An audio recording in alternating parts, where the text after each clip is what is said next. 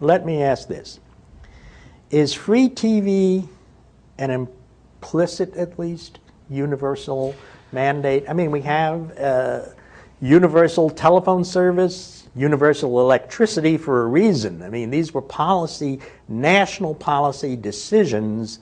What's happening here? Well, prior to the divestiture of the Bell companies in the 83, 84 time frame, the quid pro quo was, look, we're going to give you the United States of America. You're going to provide phone service to every mom and pop and every corporation in America, and you're going to cross-subsidize.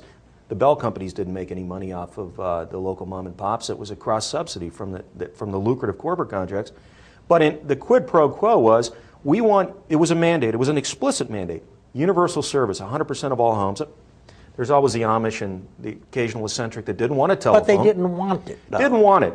But it was there to be had, and it was the envy of the world, the American telephone system, and it was an explicit universal service.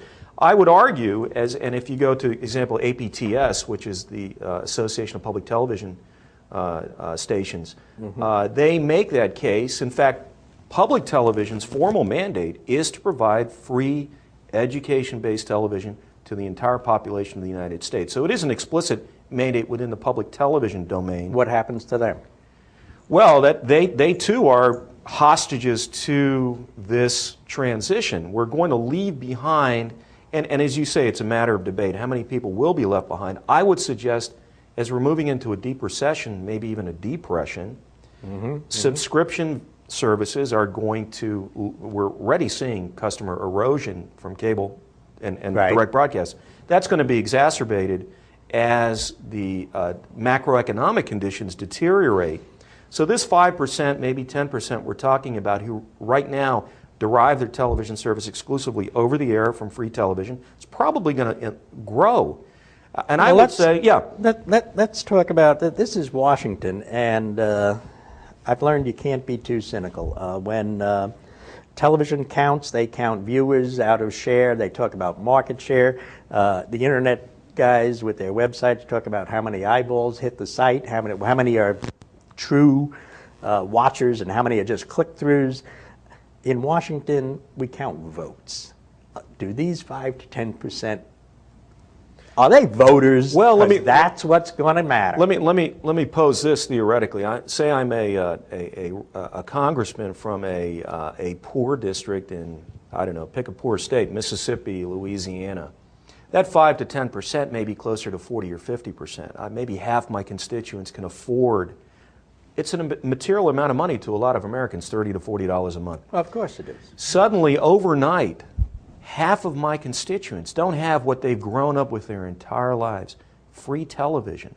That could be pitchfork type, burning in effigy type stuff.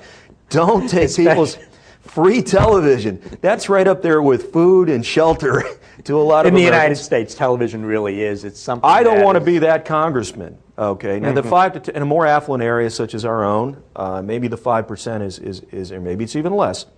In certain areas of the United States, it's going to be a material number of people, and they're going to be not pleased.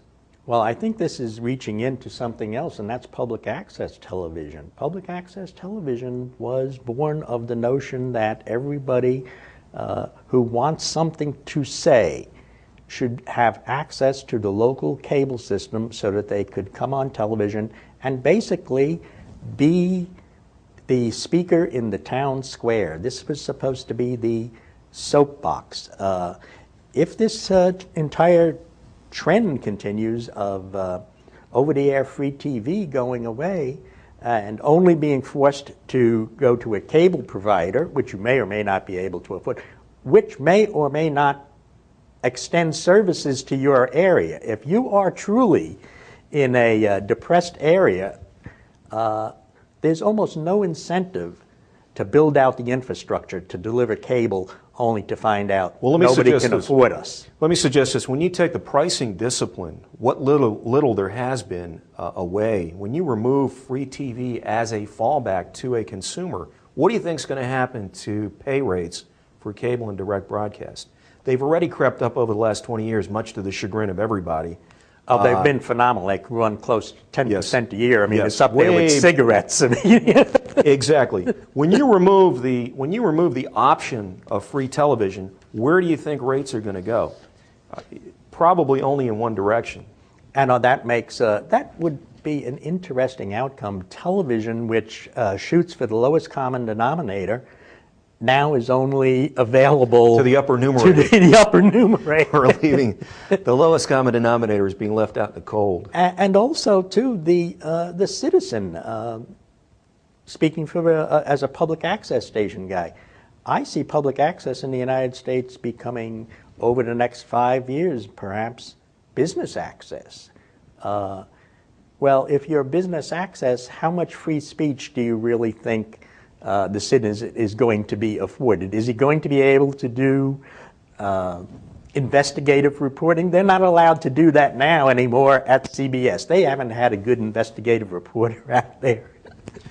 Well, let me Probably suggest since this. Walter Cronkite left town. The estimate is that the affiliates are going to lose about 30% of their advertising revenue in 2009. And that's because of a shrinking audience and obviously the macroeconomic recession conditions that we face. There is a larger theme here, Leo, what's often called localism. If we look at our local newspapers, our local radio, we've been bemoaning the loss of local radio for the last number of years with syndication and one of the negative effects of globalization is that things tend to become macro. As Tip O'Neill said about politics, politics is essentially local.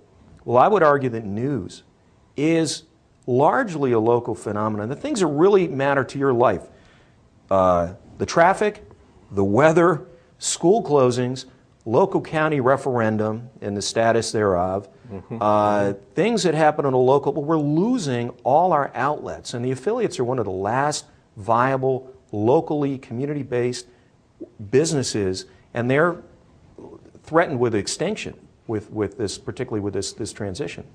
It certainly would seem that way, and again, it seems to me that that's the kind of thing, though, that we're looking at everywhere. Newspapers are clearly, I know someone who talks to the publisher of the New York Times, and they're very much with their head, screwed around backwards. Oh, we're the newspaper of record. We couldn't possibly go out of business. And I kind of wonder, what are you reporting on lately? Are you not looking at your own numbers? Are you not looking at the history of newspapers and the decline and the rise of journalism, and then I think the decline of paper newspapers in the United States? I think Rupert Murdoch just wrote off half of the acquisition cost of Wall Street Journal. Papers their revenues and incomes are declining. They're suffering. Craigslist, free classified on the internet, is killed. If you look at the classified section of the Washington Post, it's practically nothing anymore. It's nothing. Real estate ads, automobile ads. Those are two industries that are on the ropes right now. So, and of course, the Drudge Report. I mean, you've got all these little media outlets, and you can argue about the journalistic integrity of the Drudge Report in such venues. But look who's arguing about the journalistic integrity of the Drudge Report.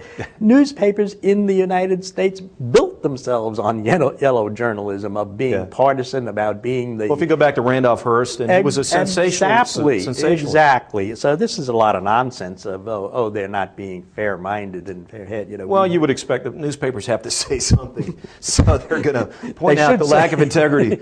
But one of the tragedies, Leo, is that, if you want to find out what happened in the Middle East yesterday, or what happened to the stimulus bill yesterday, there's about 25 venues. You can go to MSNBC, you can go to Drudge Report, you can go to thewashingtonpost.com.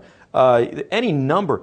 If you want to find out... Actually, you can go to a lot of websites in the Middle East. Yeah, if you want to know about the fire in Australia. Al Jazeera, if you want to go. Well, why not go to the original reporters in Australia to find out about a fire in Australia? Why would I rely on somebody that heard it the same way I heard about it? Well, where are we going to get our local news? Who is going to provide our local news? And the affiliates, a penny for their thoughts, because they've just made a significant investment in digital TV.